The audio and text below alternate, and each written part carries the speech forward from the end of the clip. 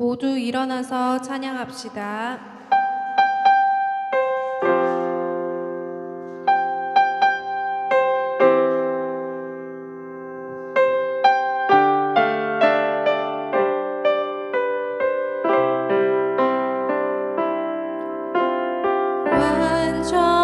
완전하신 나의 주, 그의 길로 날 인도하소서.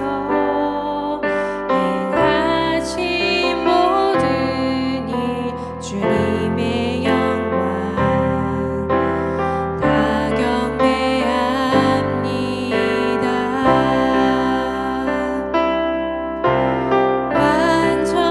완전하신 나의 주, 그의 길로 날 인도하소서. 행하신 모든 일 주님의 영광 다 경배합니다. 예배합니다.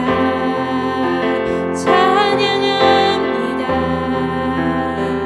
주님만 날 다스리소서. 예배합니다. 찬양합니다. 주님 홀로 높임 받으소서. 예배합니다. 찬양합니다. 주님만 날 다스리소서. 예배합니다. 찬양합니다. 주님 홀로 높임 받으소서. 주님 그 나라에 이를 때까지 순례의 걸음 멈추지 않으며 어떤 시련이 와도 난 두렵지 않네. 주와 함께 걷는 이 길을 주님 그 나라에 이를 때까지 순례의 걸음 멈추지 않으며 어떤 시련이 와도 난 두렵지 않네. 주와 함께 걷는 이 길을 나 지금은 비록 땅을 걷다며 살지라도 내 영혼 저 하늘을 디디며 사네. 내 주님 계신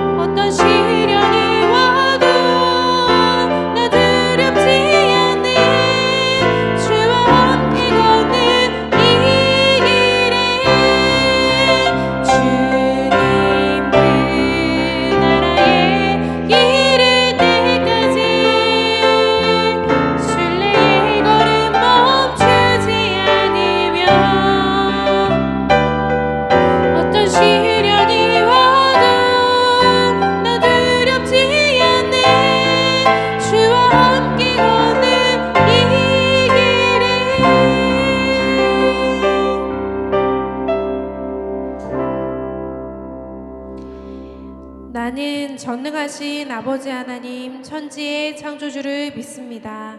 나는 그의 유일하신 아들 우리 주 예수 그리스도를 믿습니다. 그는 성령으로 잉태되어 동정녀 마리아에게서 나시고 본디오 빌라도에게 고난을 받아 십자가에 못 박혀 죽으시고 장사된 지 사흘 만에 죽은 자 가운데서 다시 살아나셨으며 하늘에 오르시어 전능하신 아버지 하나님 우편에 앉아 계시다가 거기로부터 살아있는 자와 죽은 자를 심판하러 오십니다. 나는 성령을 믿으며 거룩한 공교회와 성도의 교제와 죄를 용서받는 것과 몸의 부활과 영생을 믿습니다. 아멘. 자리에 앉겠습니다.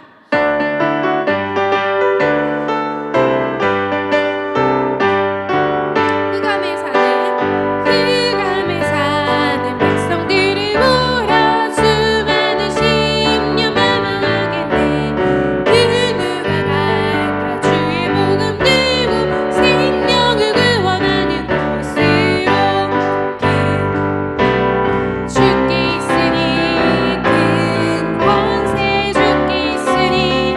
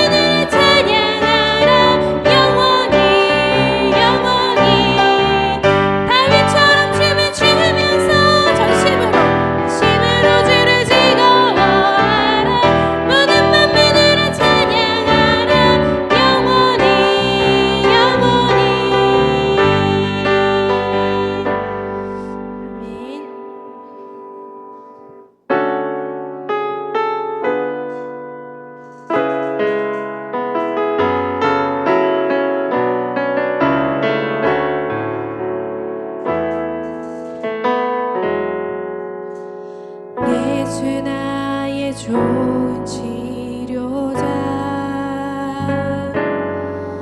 그의 눈이 머무는 곳은 나의 슬픔과 고통 고개 들어 그의 눈을 볼 때에 난 알았네 예수 나의 좋은 치료자 예수 나의 좋은 치료자 그의 손길이 닿는 곳은 나의 상처와 아픔 영원히 흐를 것 같았던 눈물 다 멎었네 예수 나의 좋은 치료자 나 노래하리라 천한 나를 돌아보시 그새 주를 찬양해 하늘 닿는 곳까지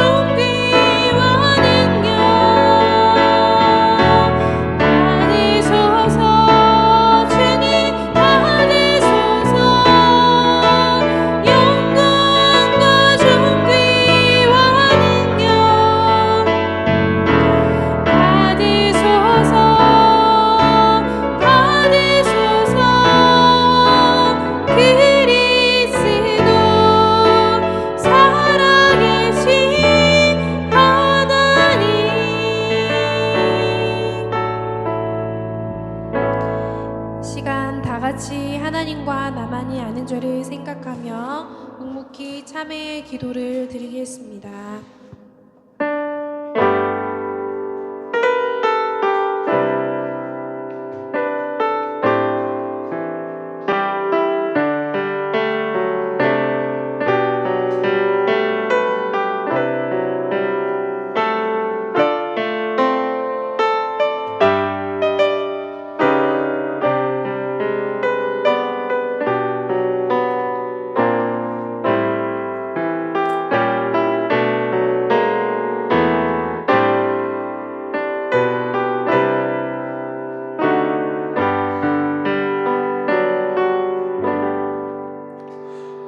내가 이르기를 내 허물을 여호와께 자복하라 하고 주께 내 죄를 아뢰고 내 죄악을 숨기지 아니하였더니 곧 주께서 내 죄악을 사하셨나이다.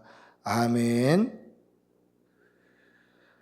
사랑의 아버지 하나님, 추운 일기 가운데서도 주의 날에 이렇게 주의 전에 모여 예배 드릴 수 있게 해주시는 은혜 감사합니다.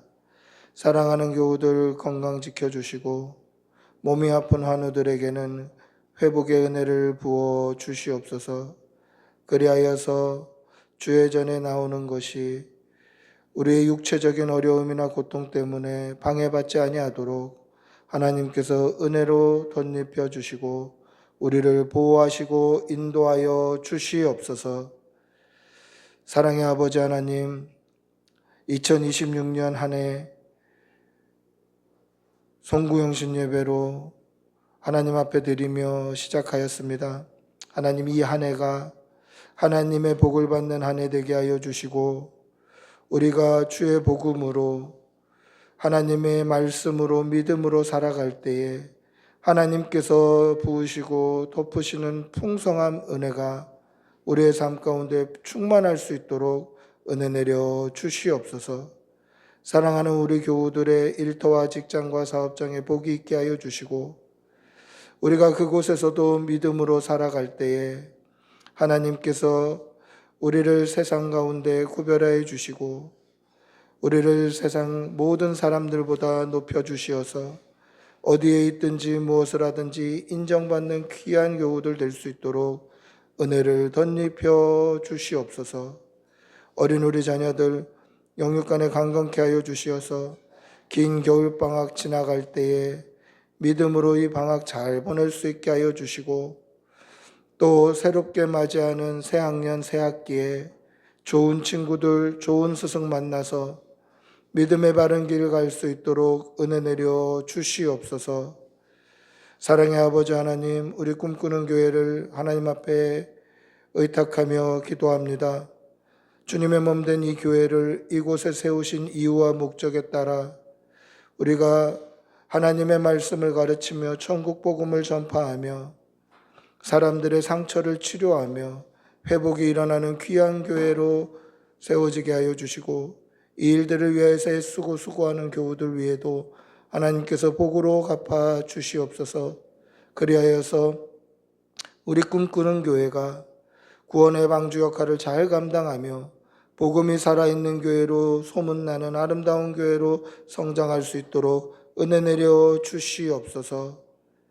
오늘 이 예배를 통하여서 살아계신 하나님이 영광 받아 주시고 이 강단을 통하여서 하나님의 살아계신 말씀이 선포될 수 있도록 은혜 내려 주시옵소서. 간절히 바라옵고 우리 주 예수님의 이름으로 기도드리옵나이다. 아멘. 주님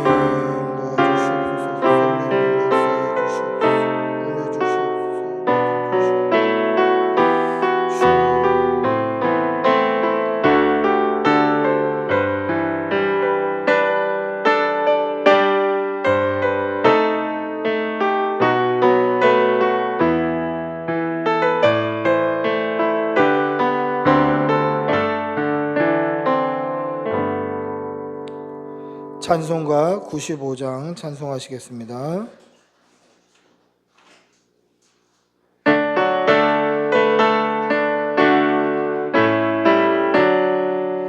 나의 기쁨 나의 소망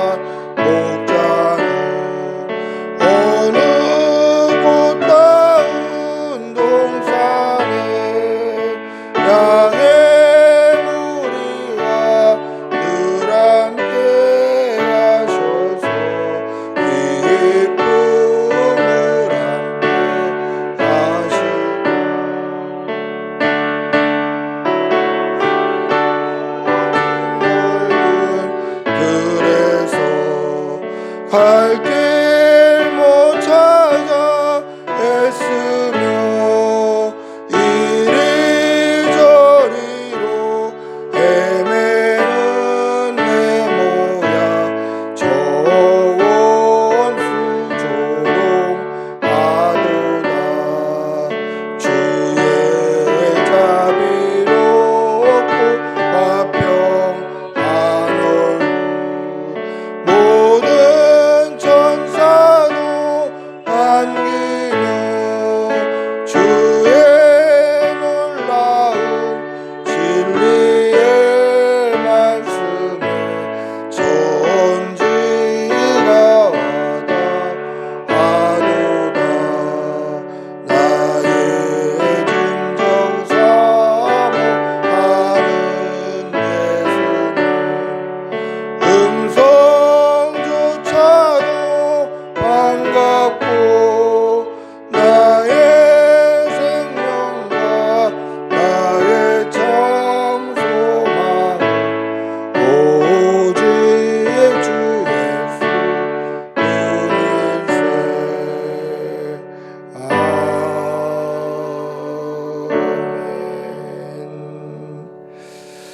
사랑의 아버지 하나님, 우리에게 좋은 날 주시고 예배 드릴 수 있는 처소 주시고 예배 드릴 수 있는 환경과 생명과 건강 주셔서 감사합니다.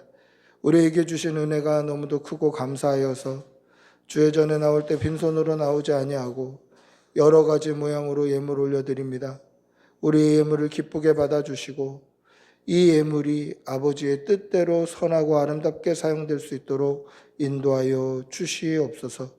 사랑하는 교우들의 삶 가운데 감사의 제목이 끊이지 않게 하여 주시고 물질의 어려움, 건강의 어려움 당하지 아니하도록 늘 눈동자와 같이 보호하여 주시어서 주의 전에 나올 때마다 기쁘게 드리고도 남음이 있을 수 있도록 하나님께서 천배의 은혜로 채워주시고 갚아주시옵소서. 간절히 바라옵고 우리 주 예수님의 이름으로 기도드리옵나이다. 아멘. 광고하겠습니다. 자세한 광고는 주보를 참조해 주시면 되겠습니다. 오늘 꿈꾸는 교회 나오신 여러분들 주님의 이름으로 환영하고 축복합니다. 우리 앞뒤적으로 한번 인사하시겠습니다. 환영합니다. 사랑합니다. 네. 주보가 이쁘게 바뀌었습니다. 이번 주부터 주보가 이쁘게 바뀌었는데 이렇게 접기는 좀 어렵지만 또 이쁘게 바뀌었으니까 또 혹시 전도의 도구 또는 이제 교회 홍보의 도구로 좀 사용해 주시고요. 남는 것은 교회 앞에 이제 비치해서 우리 교회를 궁금해하시는 분들이 가져갈 수 있도록 그렇게 준비하도록 하겠습니다.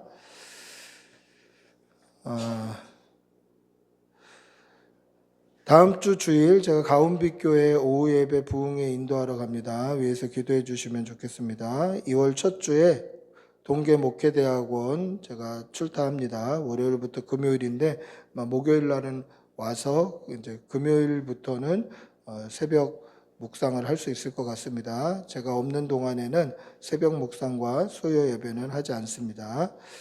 위에서 기도해 주시면 좋겠습니다. 하나님의 말씀 함께 보시겠습니다. 하박국 3장 17절에서 19절입니다. 구약성경 1305면입니다. 하박국 3장 17절에서 19절.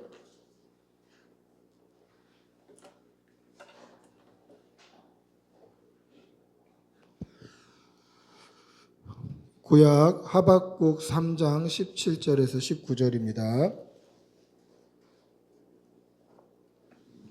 하박국 3장 17절에서 19절로 천천히 한 목소리로 함께 읽겠습니다. 비록 무화과 나무가 무성하지 못하며 포도나무에 열매가 없으며 감람나무에 소출이 없으며 밭에 먹을 것이 없으며 우리의 양이 없으며 외양간에 소가 없을지라도 나는 여호와로 말미암아 즐거워하며 나의 구원의 하나님으로 말미암아 기뻐하리로다. 주 여호와는 나의 힘이시라. 나의 발을 사슴과 같게 하사 나를 나의 높은 곳으로 다니게 하시리로다. 이 노래는 지휘하는 사람을 위하여 내 수금에 맞춘 것이니라. 아멘. 할렐루야. 19세기 말 이 아프리카 콩고에서는 굉장히 비인격적이고 굉장히 무서운 일이 벌어지고 있었습니다. 이 콩고 민주공화국에 선교를 통한 문명화라는 목적으로 19세기 말에 이 콩고 사람들을 노예처럼 부리면서 고무나무에서 고무를 채취하는 노동 착취가 벌어졌어요. 근데 이 고무나무에서 고무 채취가 뭐 콸콸콸콸 나오는 게 아니라 밤새 한 방울 두 방울 이렇게 모이는 거예요. 그런데 이 고무를 할당량을 채우지 못하면 그 담당자를 그 자리에서 손을 잘라버리는 거예요. 그리고 인질을 잡아오고 사람들을 괴롭히고 대규모 학살도 서슴지 않았습니다. 19세기 말에 이미 문명이 좀 많이 발전하고 인권이 많이 발전했던 그 시기임에도 불구하고 수백만 명이 살해를 당했어요. 근데 이 살해한 사람들이 누구냐? 이 벨기에 사람들인데, 이 벨기에 사람들의 배후에는 누가 있었냐면 당시 벨기에 국왕이었던 레오폴드 2세라는 국왕이 있는 거예요. 이 국왕이 콩고라는 한 나라를 카톨릭 선교라는 명목하에 그들의 노동력을 착취하면서 그 나라를 자기 소유처럼, 그 사람들을 마치 자기 소유물처럼 그렇게 취급하면서 부를 얻어서 자신의 왕궁을 화려하게 짓고 모든 미술품과 예술품으로 사치스럽게 생활을 하고, 그러면서 막 잘 먹고 잘 살고 호의호식하면서 그렇게 살았어요. 근데 이게 문제가 안 될 리가 없죠. 이제 문제가 된 거예요. 그런데 문제가 됐는데도 불구하고 이 레오폴드 2세는 국제적으로 문제가 됐음에도 자신이 가지고 있는 많은 부로 주변국들을 외교력으로 다 무마시키고, 또 이것을 막 언론에 공개하려는 언론사들도 많은 돈을 써서 다 무마시켰어요. 이 레오폴드 2세는 74세에 죽었는데 뭐 특별히 재판을 받거나 벌을 받거나 뭐 이 사람이 지었던 만행에 대해서 하나도 책임지지 않고 그냥 늙어서 숙환으로 죽은 거예요. 늙어서 제 명대로 다 살다가 제 명대로 사는 동안에 많은 부와 권력과 그런 모든 호화스럽고 사치스러운 삶을 누리다가 제 명대로 죽은 거예요. 여러분, 이런 이야기를 들으면 어떤 생각이 듭니까? 드라마나 영화 같은 데서 보면은 우리가 소위 말하는 권선징악 또는 사이다 결말, 뭔가 우리의 답답한 속을 시원하게 내려주는 그런 결말이 있어야 될 것 같은데 실제로는 그런 결말이 일어나지 않더라는 거예요. 그럼 어떤 생각이 듭니까? 하나님 왜 가만히 계십니까? 하나님 좀 벌해 주십시오. 왜 저들을 그냥 가만히 두십니까? 하나님 좀 쳐주십시오. 이런 생각이 드는 것이 마땅하죠. 오늘 이런 생각을 했던 한 사람을 여러분들에게 소개하려고 합니다. 오늘 우리가 읽었던 하박국 선지자의 찬송의 시는, 이거는 찬송가 가사예요. 노래 가사, 시입니다. 굉장히 아름답고 굉장히 충만하고 풍성한 은혜가 들어가 있잖아요. 그런데 이 아름답고 충만하고 풍성한 이 은혜의 고백이 충만하고 풍성한 은혜 가운데 나온 게 아니에요. 하박국서는 총 3장으로 되어 있는데 우리가 읽었던 이 3장은 맨 마지막 장입니다. 그런데 하박국서는 1장을 보시면 이 하박국 선지자의 불평과 원망으로 시작해요. 우리 한번 읽어볼까요? 하박국 1장 2절에서 4절 한번 읽어보겠습니다. 하박국 1장 2절에서 4절 같이 읽어봅니다. 여호와여, 내가 부르짖어도 주께서 듣지 아니하시리니 어느 때까지리이까? 내가 강포로 말미암아 외쳐도 주께서 구원하지 아니하시나이까? 어찌하여 내게 죄악을 보게 하시며 패역을 눈으로 보게 하시나이까? 겁탈과 강포가 내 앞에 있고 변론과 분쟁이 일어났나이다. 이러므로 율법이 해이하고 정의가 전혀 시행되지 못하오니 이는 악인이 의인을 애워쌌으므로 정의가 굳게 행하여 짐이니이다. 아멘. 이 불평과 원망, 여러분 선지자가 하나님 앞에 불평하고 원망할 수 있습니까? 할 수 있어요. 여러분 성도의 삶에 불평과 원망이 없을 수 있나요? 우리가 믿는 믿음 안에 있는 성도라고 불평과 원망이 없을 수 있습니까? 그렇지 않아요. 우리의 삶에도 불평과 원망은 일어날 수 있고요. 목사이지만 제 삶 가운데도 불평과 원망은 일어날 수도 있어요. 선지자인 하박국 선지자의 삶에도 불평과 원망은 있을 수 있다는 거예요. 근데 중요한 게 뭐냐면 만약에 우리의 삶 가운데 불평과 원망이 일어날 때 그것을 하나님께 아뢰시길 바랍니다. 하나님께 아뢰세요.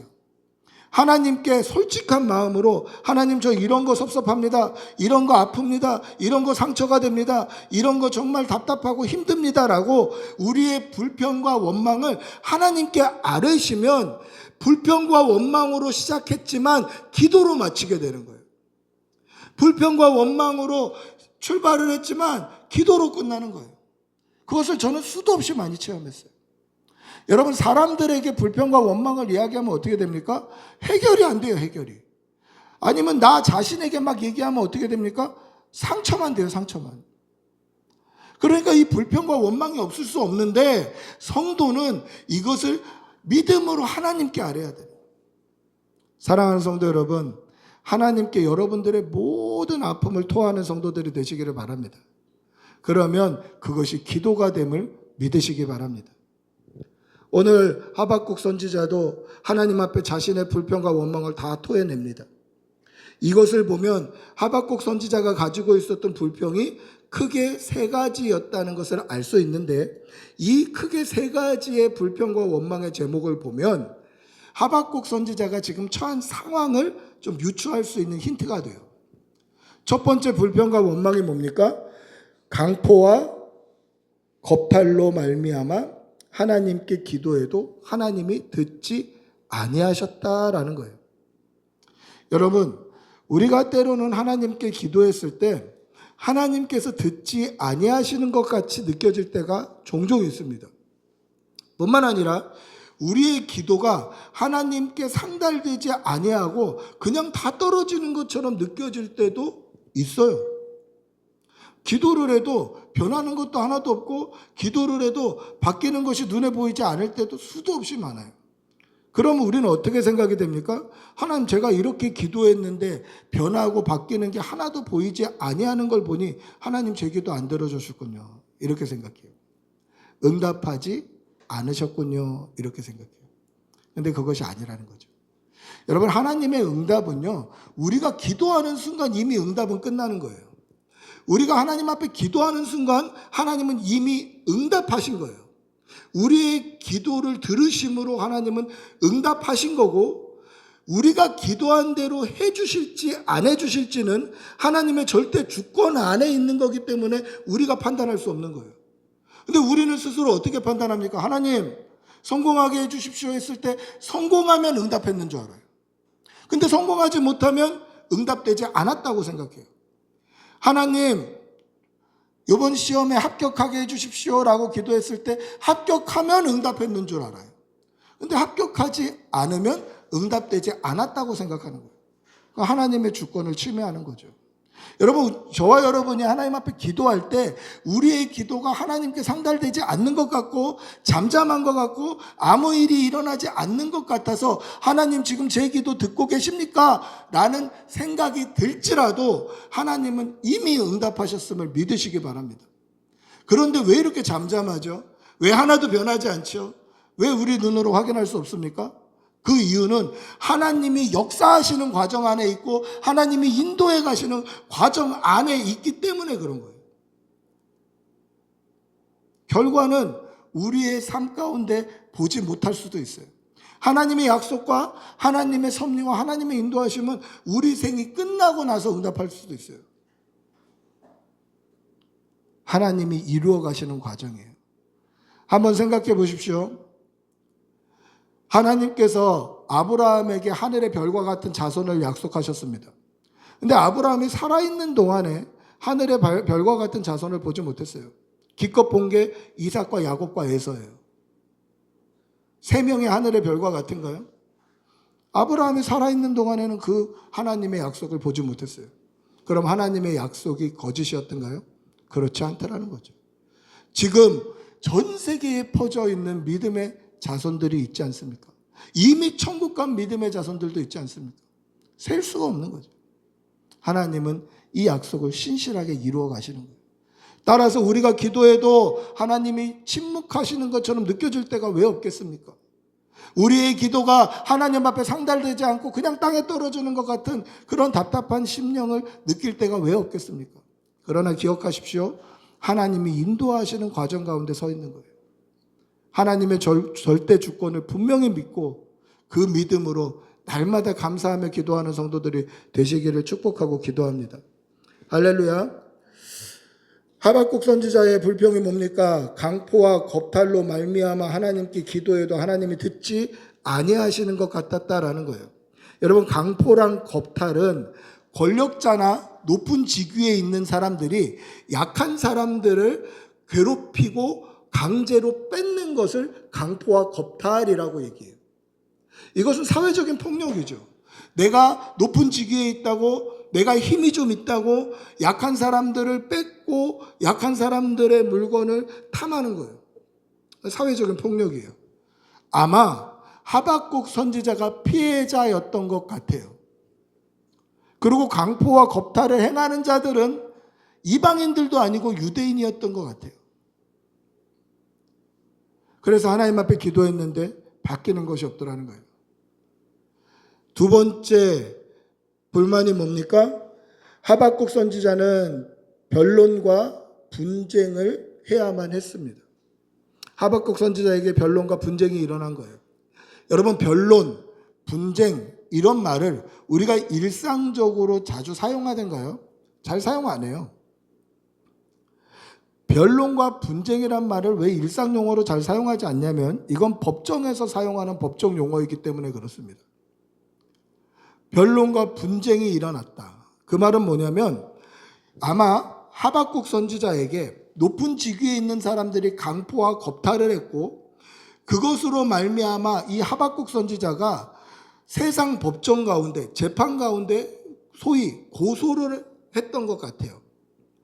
당연히 내가 이길 줄 알았지. 저들이 잘못했고 내가 피해자니까 당연히 내가 이길 줄 알았는데 이 법이 왜곡이 되고 뇌물을 쓰고 높은 사람들의 편을 들어주면서 이게 변론거리가 되고 분쟁거리가 되더라는 거예요.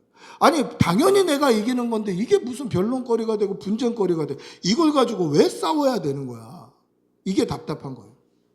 보니까 저 사람들은 돈도 있고 권력도 있고 힘도 있고 백도 있고 그래서 공의로운 재판이 이루어지지 못하는 시대가 된 거예요.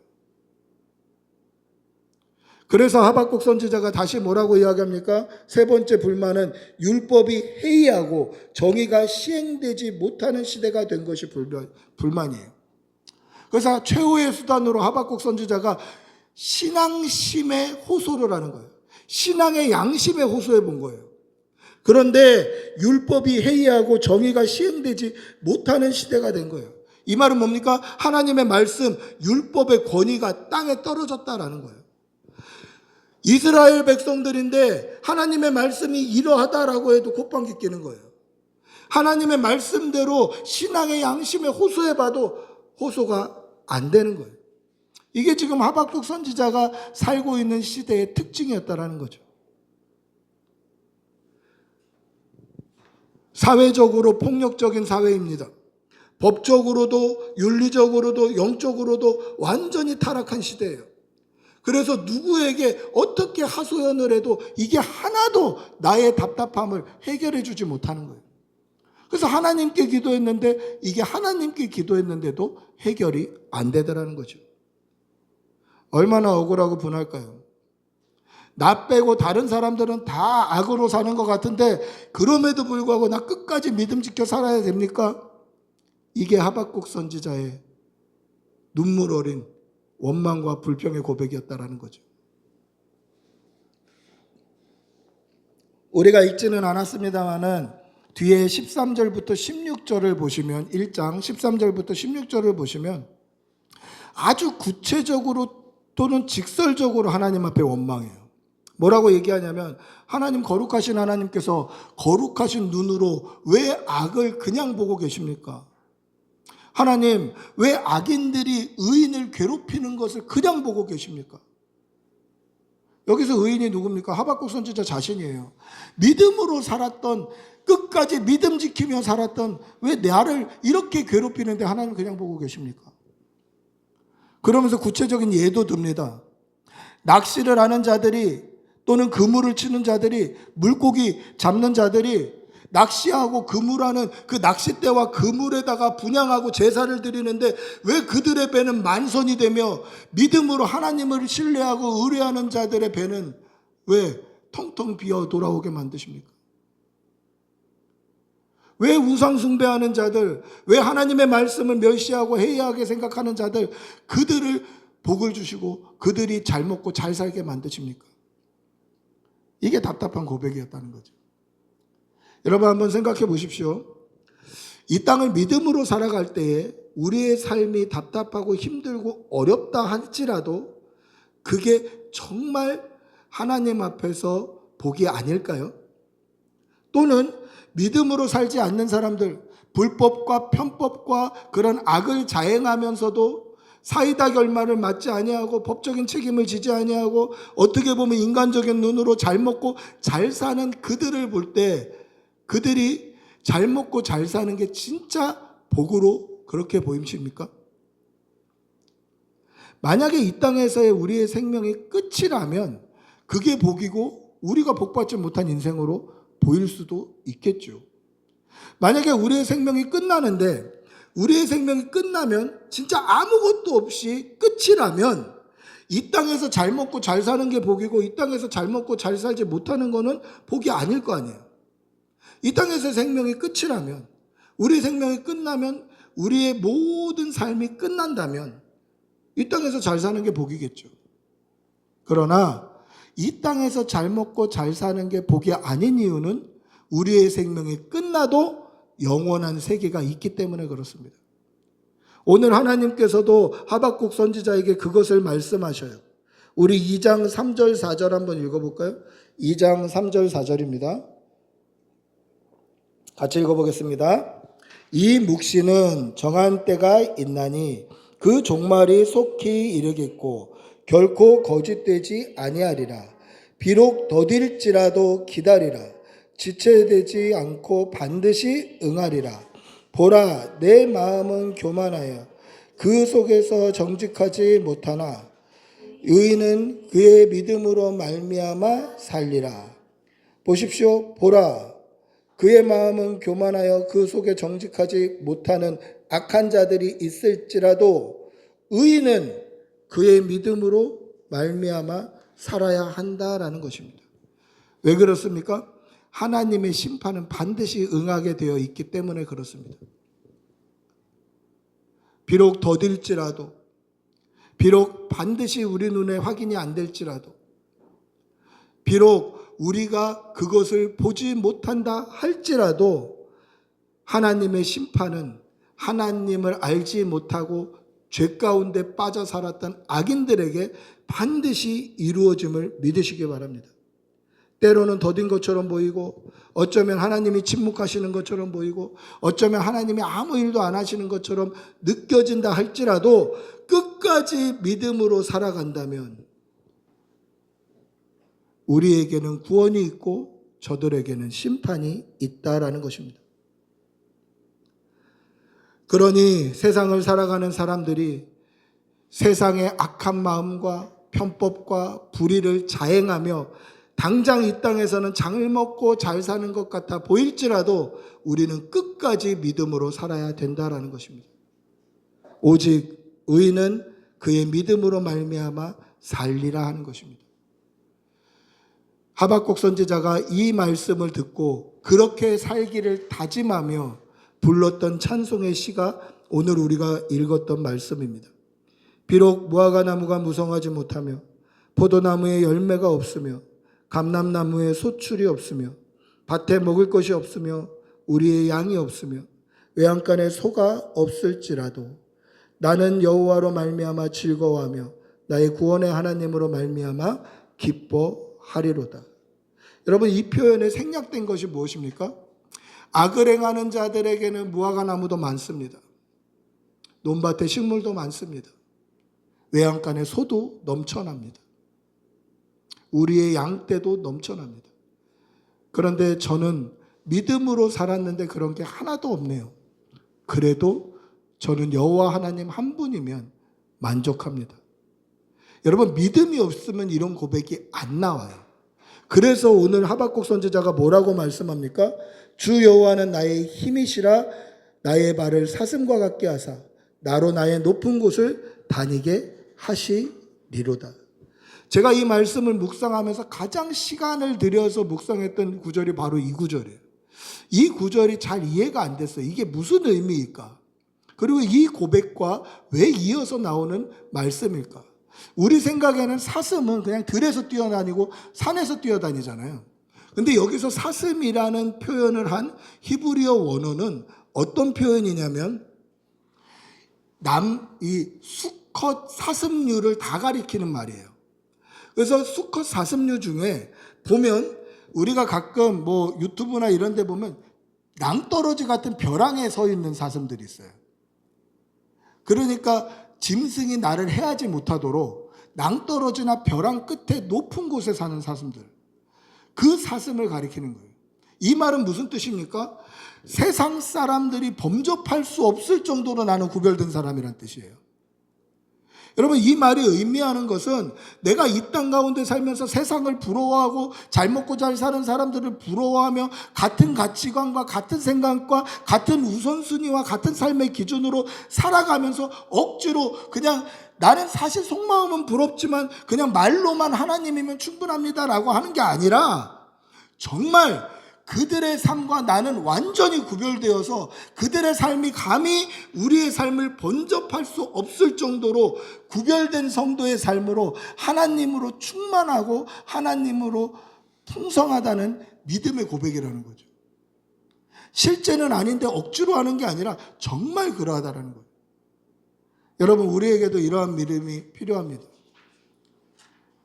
세상을 부러워하면서 속으로만 여호와 하나님으로 충만합니다. 풍성합니다. 저는 하나님만 있으면 됩니다가 아니라 우리의 발이 높은 낭떠러지 위에 자리 잡고 있는 벼랑 끝에 자리 잡고 있는 사슴들처럼, 그러나 그곳에서도 평안하고 안전한 사슴들처럼 세상의 어떤 악함과 어떤 괴로움과 어떤 가치관이나 우선순위가 우리를 아예 틈타지 못할 정도로 완전히 구별되어서 완전히 하나님과 가까운 상태로 믿음으로 살아내므로 세상의 기준이 범접할 수 없도록 그렇게 믿음의 삶을 살아내는 성도들이 되시기를 축복하고 기도합니다. 말씀을 맺습니다. 앞에 서두에 말한 벨기에의 국왕 레오폴드 2세가 이 땅에서 성공한 삶처럼 보이던가요? 화려한 왕궁을 짓고 모든 예술품과 미술품으로 호의호식하고 사치스러운 생활을 하고 그렇게 살다가도 제명 다 살고 아무 처벌 안 받고 그렇게 살았던 인생이 정말 성공한 인생처럼 보이던가요? 그렇지 않다라는 것이죠. 하나님께서 그 악을 반드시 갚아주시는 것입니다.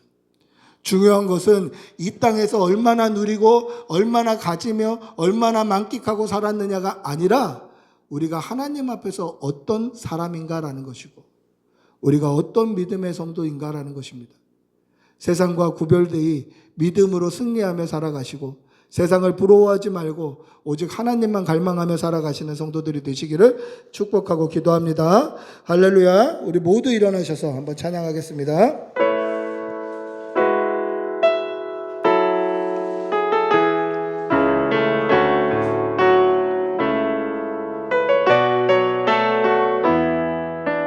주님 큰 영광 받으소서. 홀로 찬양 받으소서.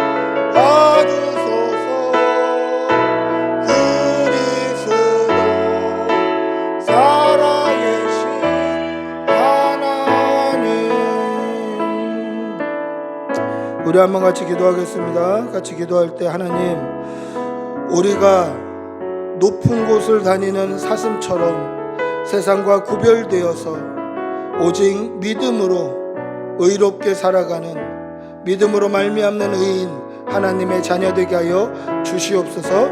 우리 한번 주님의 이름 부르고 같이 기도하겠습니다. 주님 도와주시옵소서. 믿음으로 살게 해 주시옵소서. 성령님 역사해 주시옵소서. 아버지 함께해 주시옵소서. 하나님 도와주시옵소서. 성령으로 충만케 해 주시옵소서. 주님 아버지 함께해 주시옵소서.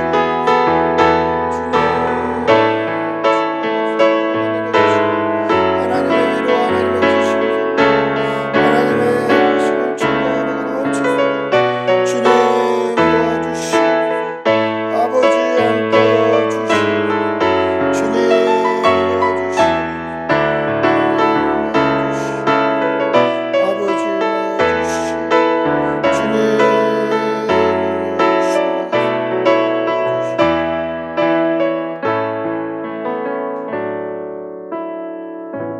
우리 주 예수 그리스도의 은혜와 하나님의 사랑과 성령의 교통하심이 세상과 구별되어서 우리 생명 끝날 때까지 믿음 붙들고 살기를 다짐하고 도전하는 여기 모인 모든 주의 백성들과 그들의 일터와 직장과 사업장과 그들의 가족과 자녀들 위해 지금부터 영원히 함께 있을지어다.